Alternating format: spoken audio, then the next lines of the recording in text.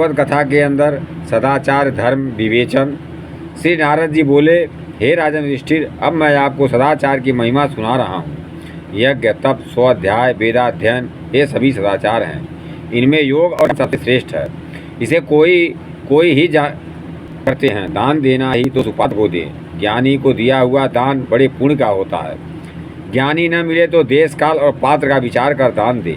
देव कार्य में 2, पितृ कार्य में 3 या दोनों में एक ब्राह्मण को भोजन करा देवे। यदि कोई बड़ा ऐश्वर्यवान हो तो भी वह श्राद्ध में ब्राह्मणों की अधिक संख्या न बढ़ावे, क्योंकि ब्राह्मण अधिक हो जाने पर श्रद्धा का अभाव हो जाता है, जिसकी श्राद्ध में बड़ी आवश्यकता है, क्योंकि श्रद्धा से किया हुआ कर्म निष्फल नहीं होता। श्राद्ध में मांस का प्रयोग कदापि न करें। पितरों की तृप्ति अन्न से होती है, न कि मांस से। फिर हिंसा तो करनी ही नहीं चाहिए। अहिंसा सबसे बढ़कर धर्म है। इसलिए सब यज्ञों में श्रेष्ठ आत्मयज्ञ है। परंतु जो इंद्रियों के भोगों से मग्न है वह आत्म तत्व को क्या जानेगा। धर्मज्ञ पुरुष को अपने नैमित्तिक कर्मों को सदैव करते रहना चाहिए और संतोषपूर्वक विधर्म, परधर्म, आभास, उपमा और छल इन 5 धर्मों को त्याग देना चाहिए। परंतु इन सब प्रयत्नों में गुरु की भक्ति सबसे श्रेष्ठ है। मनुष्य के लिए उसका सबसे बड़ा गुरु भगवान है। वे साक्षात प्रकृत पुरुष के स्वामी और जगत नियंता हैं।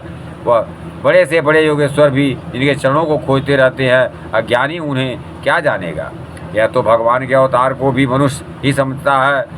सदाचार के जितने भी नियम हैं सब इंद्रियों के वशीकार के लिए हैं। यदि इंद्रियां वश में हो जाए तो योग के द्वारा आत्म साक्षात्कार सहज ही में हो जाता है।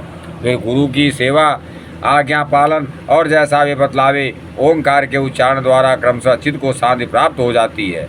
चित्त शांत होते ही ब्रह्म सुख का अनुभव करने लगता है।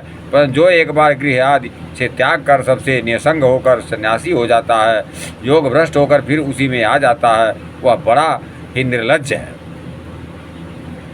उसकी प्रशंसा कभी नहीं हो सकती, क्योंकि चाहे गृहस्थ हो चाहे ब्रह्मचारी, किसी को भी अपने व्रत नियम को भी भंग करने का अधिकार नहीं है। इसी प्रकार वानप्रस्थ और सन्यासी को भी अपने आश्रमीय धर्मों का त्याग अनुचित है, क्योंकि एक बार विषय आदि को त्याग दिया तब उसे ग्रहण करने के लिए उन्हीं में क्यों लौटे।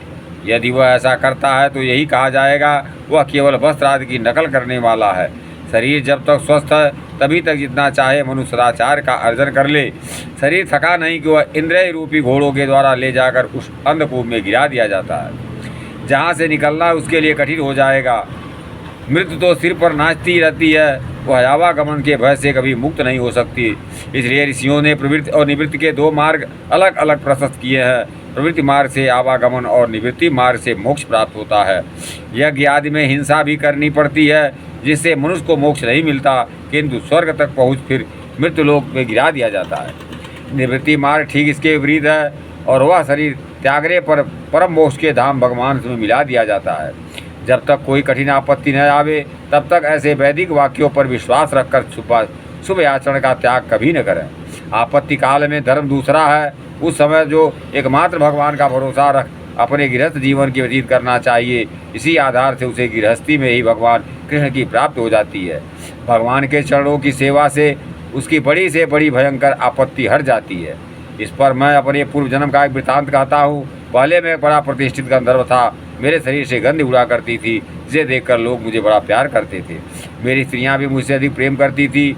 एक समय जब देव सभा में बहुत से गंधर्व और अप्सराओं का जमा हुआ, तब वहाँ मैं विष्णु भगवान का शोगान करने के लिए बुलाया गया।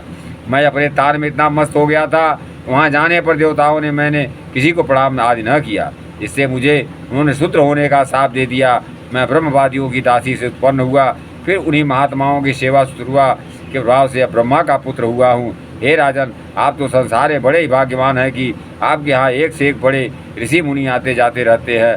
आप जिन परम पूजनीय श्री कृष्ण को अपना आज्ञाकारी समझते हैं और तरह तरह के संबोधन द्वारा उनसे मिलते हैं, वे सभी ब्रह्म जिन्हें सत्य रूप में जानने के लिए ब्रह्मा शिव महात्मा जन चिंतित रहते हैं। मैं उन भगवान से प्रार्थी हूँ कि वह हम लोगों की भक्ति, शांति, पूजा और मौन से प्रसन्न होवें। श्री सुखदेव जी कहते, हे परीक्षित, जब युधिष्ठिर ने नारद जी से ऐसे कथन को सुना तो प्रेम विह्वल हो गए। उन्होंने प्रसन्न होकर नारद जी को और श्री कृष्ण भगवान की बड़ी पूजा की।